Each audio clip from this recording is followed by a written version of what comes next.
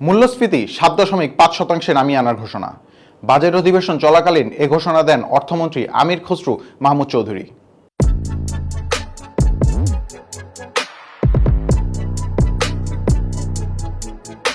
দু ২০২৬-২৭ অর্থবছরের বাজেটের মূল্যস্ফীতি ৭.৫% নামিয়ে আনার লক্ষ্য নির্ধারণ করা হয়েছে।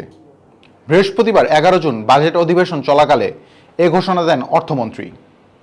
দেশে দীর্ঘদিন ধরে উচ্চ মূল্যস্ফীতি বিরাজ করছে।